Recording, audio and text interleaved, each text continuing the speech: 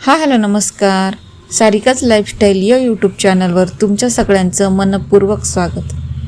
बघा, उद्या आहे आषाढी एकादशी, भगवान विष्णू योगनिद्रेत जाण्याचा पवित्र दिवस. आज आपण जाणून घेणार आहोत शुभ मुहूर्त, पारणाची वेळ, व्रताचे नियम, महत्त्व आणि पौराणिक कथा. ही माहिती जाणून घेण्यासाठी हा व्हिडिओ शेवटपर्यंत पूर्ण नक्की पहा. तर बघा, उद्या 25 जुलै आहे. या दिवशी आषाढी एकादशी आपण साजरी करणार आहोत.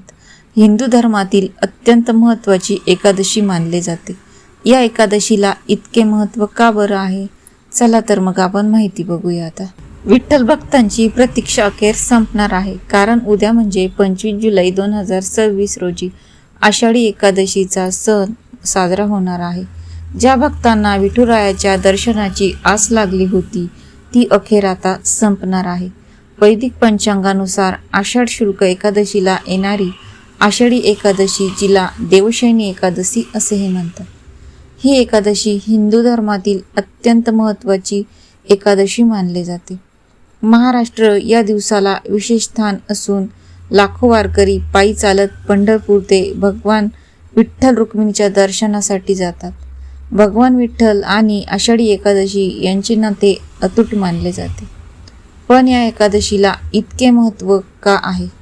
भगवान विष्णूंची योगनिद्रा, पंढरीची वारी, शुभमुहूर्त ते पारणाची वेळ, महत्त्व आणि पौराणिक कथा.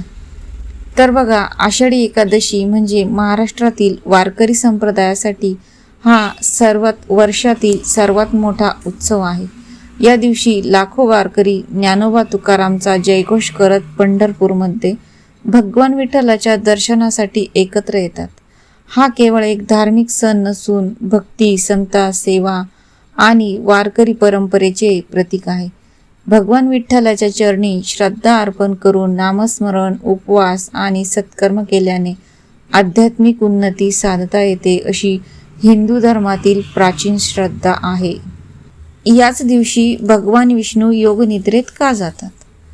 तर बघा, धार्मिक मान्यतेनुसार आषाढी एकादशीच्या दिवशी भगवान विष्णू क्षीरसागरात 4 महिन्यांसाठी योगनिद्रेत जातात.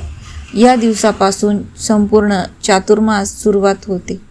आषाढी एकादशी ते कार्तिकी एकादशी हा 4 महिन्यांचा पिरियड त्यांचा योगनिद्रेचा असतो. यामध्ये आपल्याला गोपद्म व्रत करायचे असते. ते गोपद्माची जी रांगोळी मिळते ते आपल्याला देवासमोर रोज काढून त्यावर हळदी कुंकू व्हायचं असतं.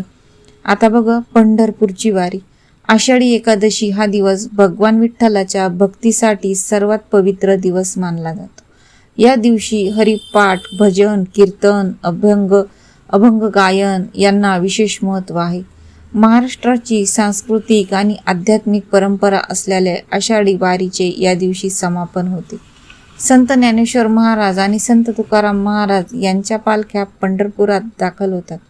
ज्ञानोबा तुकारामच्या जयघोषात लाखो वारकरी विठ्ठलाचे दर्शन घेतात. शेकडो वर्षापासून सुरू असलेली ही वारी भक्ती, समता, सेवा आणि सामाजिक ऐक्याचे प्रतीक मानले जाते. लाखो वारकरी टाळ मृदुंगाच्या गजरात अभंग पायी चालत विठ्ठलाच्या दर्शनासाठी येतात. तर बघा, आषाढी एकादशी 2026चा शुभमुहूर्त म्हणजे व्रत करताना तिथी आणि पारणाची वेळ जाणून घेणे अत्यंत महत्त्वाचे आहे. तर बघा, एकादशी तिथी जी चालू होते 24 जुलै 2026 सकाळी 9:15.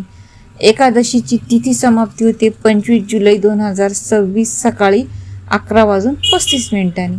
आणि पारणाची जी वेळ आहे ते म्हणजे व्रताचे जे पारण आहे ते होणार आहे आपलं 26 जुलै 2026ला सकाळी, म्हणजे पहाटे 5:30 ते 8:30 वेळेत.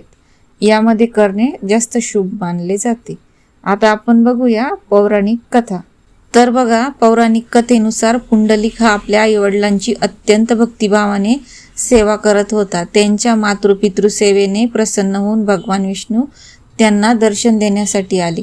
त्यावेळी पुंडलिक आई वडिलांच्या सेवेत व्यस्त असल्याने त्याने भगवानांना थोडा वेळ थांबण्याची विनंती केली आणि त्यांच्यासमोर एक वीट फेकली. भगवान त्या विटेवर उभे राहून पुंडलिकाची वाट पाहू लागले. याच रूपाला आज विठ्ठल किंवा विठोबा म्हणून ओळखले जाते. पंढरपुरातील विठ्ठलाची मूर्ती आजही विटेवर उभे असल्याचे दर्शन घडते. या दिवशी विठ्ठलाची पूजा विशेष का मानली जाते? कारण भगवान विठ्ठलाचे दर्शन अत्यंत पुण्यदायी मानले जाते. नामस्मरण, हरिपाठ, अभंग गायन आणि भजन कीर्तनाला विशेष महत्त्व आहे.